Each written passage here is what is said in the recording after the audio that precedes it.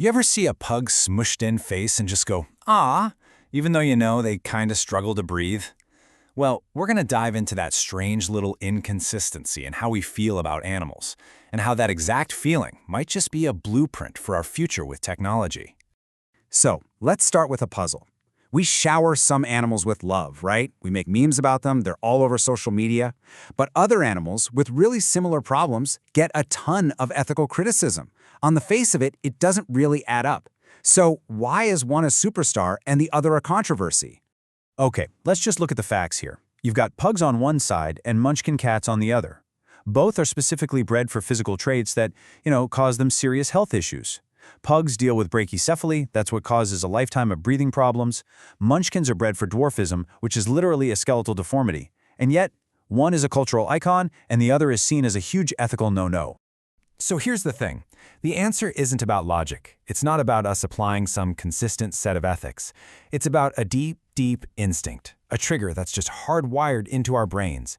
Something is just overriding our rational brain in one of these cases. And that trigger, it actually has a name. It's called the baby schema. It's this evolutionary idea that we are biologically programmed to find baby-like features completely irresistible. It kicks in this instinct to protect and to nurture, and it is the absolute key to this whole paradox.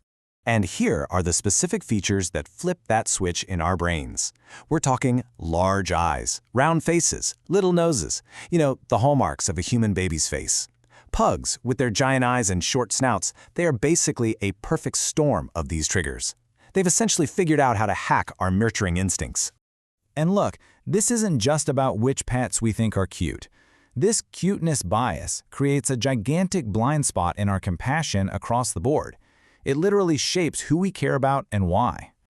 I mean, just think about the incredible passion behind the whole adopt, don't shop movement. It's a fantastic example of our compassion being laser-focused, all driven by this emotional connection we have to the cute, familiar faces of dogs and cats. But to really see the blind spot, we've got to step back and look at the scale of what we focus on versus what we tend to ignore. Because when you actually look at the numbers, things get pretty wild. So, every year in the United States, about 390,000 dogs are euthanized in shelters. That is a heartbreaking number, and it absolutely justifies the huge amount of public concern and activism around it. But now, compare that to this number, 32 million. That's how many cattle are slaughtered for food every year. That number is nearly 100 times bigger, but it gets just a tiny fraction of the emotional public reaction. And when you see it like this, side by side on a chart, the difference is just staggering. Our emotional response, our cultural conversation, it's clearly not proportional to the number of lives we're talking about. That cuteness bias means we dole out our empathy in a really selective way. Okay, so this is where everything takes a huge turn toward the future.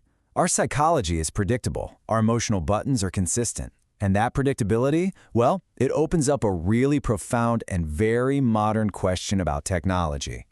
Because this bias of ours is so predictable, it can pretty much be reverse engineered. You can literally create a four-step guide to influencing human behavior, all by designing technology that intentionally triggers these ancient instincts. It's basically a recipe for hacking empathy.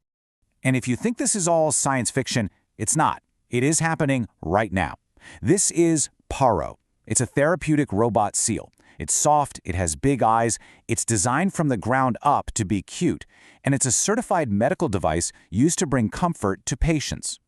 But PARO is, well, it's complicated.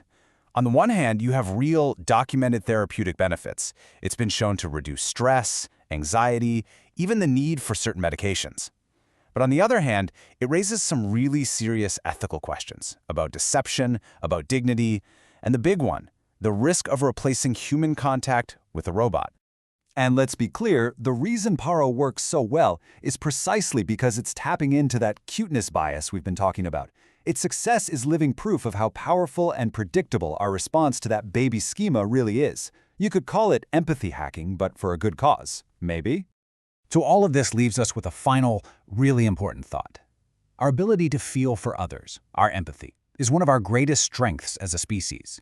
But as technology gets smarter and smarter at understanding and mimicking human emotion, we have to get smarter about understanding ourselves. Because if we don't, our greatest strength could very easily become our most exploitable weakness.